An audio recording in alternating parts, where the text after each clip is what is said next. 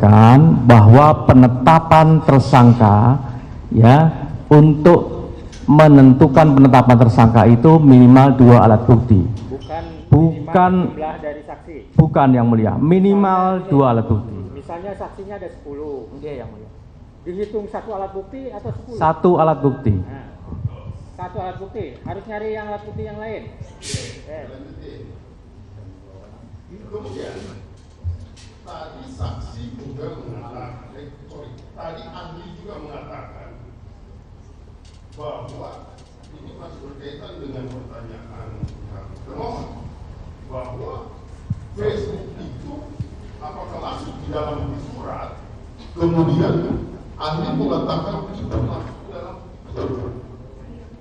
Ini masuk dalam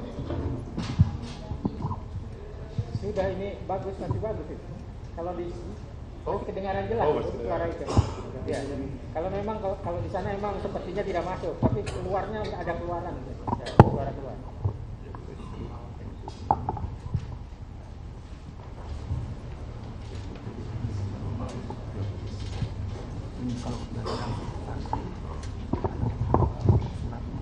Ya, saya lanjutkan. Tadi saudara mengatakan bahwa Facebook itu tidak masuk dalam bukti surat, tapi dia masuk dalam bukti petunjuk.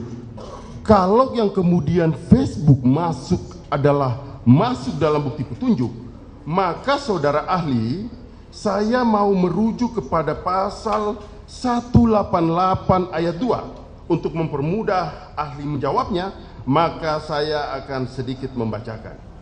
188 ayat 2. Petunjuk sebagaimana dimaksud dalam ayat 1 hanya boleh diperoleh dari keterangan saksi, surat, keterangan terdakwa. Jadi hanya 3 dasar, keterangan saksi, keterangan terdakwa, dan keterangan surat. Hanya ini dasar yang bisa menunjukkan bahwa itu adalah petunjuk.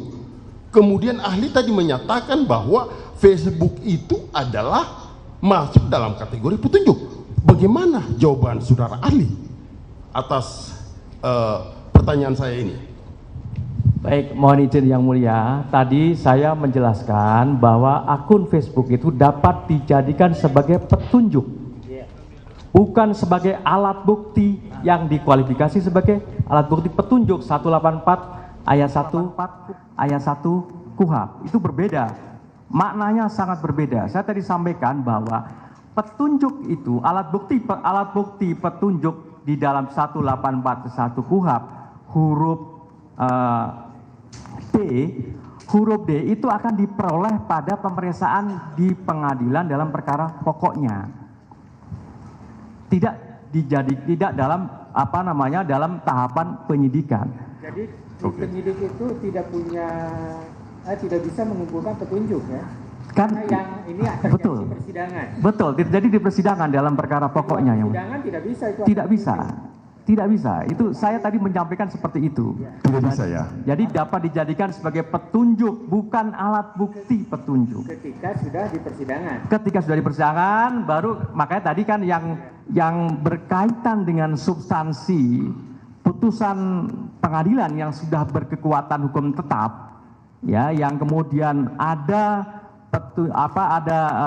di dalam pertimbangannya yang menyebut adresat DPO dan seterusnya, itu sebagai petunjuk bagi penyidik untuk kemudian ditindaklanjuti untuk mencari dan menemukan alat bukti. Nah, alat buktinya apa? Ya, alat buktinya 184 ayat 1 huruf A, huruf B, huruf C.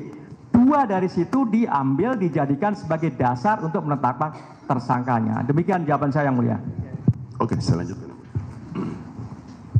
Kemudian berkaitan dengan putusan pengadilan. Pertanyaan saya, apakah putusan pengadilan dapat dikualifikasi sebagai bukti surat? Mohon izin yang mulia, tadi sudah saya tegaskan kalau saudara mencermati jawaban saya sudah berkali-kali menjawab itu. Oke, kalau begitu saya lanjutkan. Dalam putusan pengadilan, kekuatan pembuktian